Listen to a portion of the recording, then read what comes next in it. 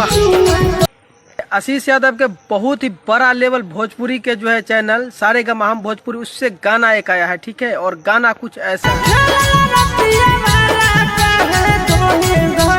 भाई साहब, देखिए गाने का नाम जो छोरा खे वो क्रिया, और बहुत मस्त गाना है, मंदिर में हिला के खिलाए वो क्रिया, ठीक है। गाने का जो है ना जरा आशीष यादव का मानिए एक गाना बहुत बड़ा ब्लास्ट होगा।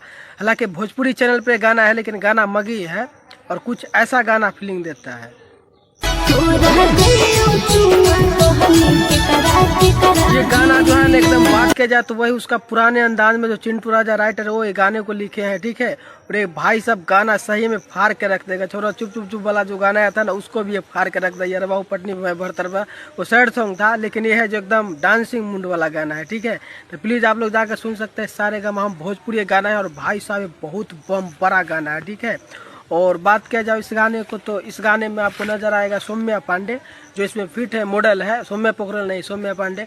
और भाई साहब ये गाना ले जवाब है, तो प्लीज आप लोग भी जाकर सुन सकते हैं सारेगामा हम पे। और इसमें म्यूजिक जो है जो पप्पू भाई ने क्या म्यूजिक दिया है गाने में, ठीक है। और गाने का जब सारेगामा हम से जब गाना आता है तो आप लोग जानते हैं क्वालिटी में कहने वाला बात नहीं है। भोजपुरी इंडस्ट्री में सबसे ज्यादा कोई क्वालिटी गाना देता है तो सारेगामा हम है, ठीक है, भोजपुरी चैनल। देखिए इस गाना जो है जो छोरा खिए वो क्रिया, इस गाने का जो सिंगर है जो आशीष यादव है और श्वेता सरगम है, ठीक है। और इसमें फिर जो आपका मॉडल जो डांस करते हुए आशीष यादव के साथ गर्दा उड़ाते नजर आएगी जो होगा सौम्या पांडे, ठीक है। और वास्तव में भाई साहब ये गाना बहुत लाजवाब है, मस्त है और ये गाना सुपर डुपर हिट होगा, ठीक है। तो प्लीज आप लोग जाइए सारेगामा हम पे, छोरा खिले वो करिए, गाने का मजा लीजिए, बहुत मस्त। प्लीज जाइए और सुनिए और गाने का मजा लीजिए। आशीष यादव का गाना पूरी में टक्कर देने वाला पूरा है, ठीक है।